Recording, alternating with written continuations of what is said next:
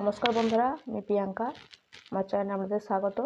তো আমি আবার চলে এসেছি নতুন ভিডিও নিয়ে। তো আগের ভিডিওতে আমি গিটারের কোনটা কী পার্ট সেটা বলেছিলাম। তো আজকের ভিডিওতে কিছু ফিঙ্গার এক্সারসাইজ সেটা আমি দেবো, ঠিক আছে। তো তার আগে আরেকটা জিনিস বলে রাখি। তো আমি বলছিলাম যে একটা নামি দামি কোম্পানির গিটার কিনতে, মানে একটু যাতে হাই রেঞ্জের গিটার হয় সেরকম কিনতে, মানে 3 থেকে 4 বা তার বেশি, ঠিক আছে। তো তাতে একটা জিনিস আমি বলতে ভুলে গেছিলাম। এই যে জিনিসটা এখান থেকে এতখানি জিনিসটা আছে না, এই যে যেটাকে আমরা নেক বলছি, তো এখানে এর ভেতরে একটা রড থাকে, ঠিক আছে। এর ভেতরে একটা রড পড়ে থাকে। তো যদি আমরা কম দামি গিটার কিনি তাহলে কি হয়, এই রডটা বেঁকে যাওয়ার সম্ভাবনা থাকে।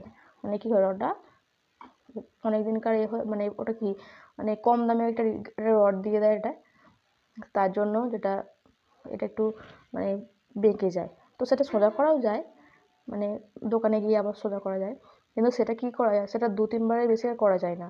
কিন্তু অন্য অন্য নামি দামি কোম্পানির কিনলে কি হয়, ওটা অনেকবারই, যদি ওটা খুব একটা ওরকম বেঁকে যায় না, কিন্তু ওটা অনেক দিন লাস্টিং করে।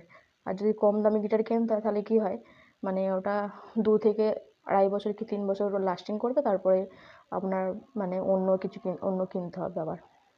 তো এটাই বলার। তো ফার্স্ট যেটা করতে হয়, মানে গিটার শিখতে গেলে ফার্স্ট যে কাজটা আপনাকে করতে হবে, সেই কাজটা হচ্ছে গিটারটা এইভাবে ধরবেন। তো ধরার পর, তো গিটারটা ধরার মানে এটা কেমন, ঠিক আছে, মানে কিভাবে গিটারটা আপনি ধরবেন, ঠিক আছে। তো এই গিটারটা এইভাবে নেবেন, এই হাঁটুর উপরে বসাবেন, ঠিক আছে, একটু কাছে টেনে নেবেন, নিয়ে এখন শুয়ে হাতটা রাখবেন ঠিক এই জায়গাটা, ঠিক আছে।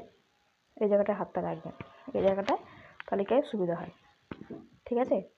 তো এবার কী করবেন, তো ওপর থেকে এরকম একটা একটা করে 1 2 3 4 5 6 এইভাবে যাবে, ঠিক আছে। তো তার আগে পিকটা কীভাবে হোল্ড করবেন সেটা দেখে দিই। তো পিকটা এইভাবে ধরবেন, হাতটা এরকম ব্যান্ড করবেন, তো এখানে এরকম রাখবেন, এরকম ধরবেন, ঠিক আছে।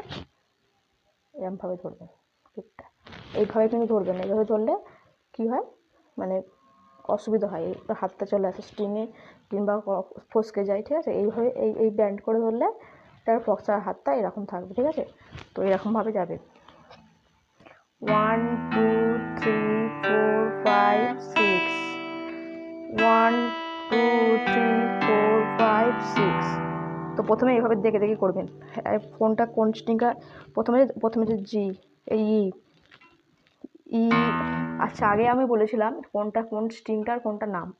তো এই এই এই এই সময় আপনারা একটা কাজ করতে পারেন, যে স্ট্রিংটার নাম নিয়ে সেটা একটার পর একটা বাজিয়ে যেতে পারেন। তাতে কি হবে, আপনার স্ট্রিংয়ের নামগুলো মনে থাকবে এবং প্র্যাকটিসটাও ভালো হবে, ঠিক আছে। তো এইভাবে E A D G B E, E B G D A E, ঠিক আছে। এইভাবে করতে থাকবেন, যেন এইটা হয় না, ঠিক আছে, এইটা যেন হয় না, এইভাবে করবেন 1 2 3 4 5 6, 1 2 3 4 5 6, E A D G B E, E B G D A E, ঠিক আছে। তো এই এক্সারসাইজটাই আপনাকে এখন 1 সপ্তাহ করতে হবে। তবে আপনার যে স্ট্রিংটা, ধরুন আপনাকে বলা হলো আপনি এই স্ট্রিংটা বাজান, তো আপনি ইটা না বাজিয়ে এটা বাজিয়ে ফেললেন। তো না দেখে বাজাতে বললে এভাবে না দেখে প্র্যাকটিস করবেন, ঠিক আছে। তো 1 2 3 4 5 6 6 4 6 5 4 3 2 1 3 2 1, ঠিক আছে। এইভাবে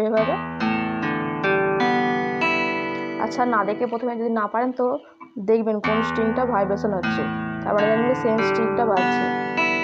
তো এইভাবে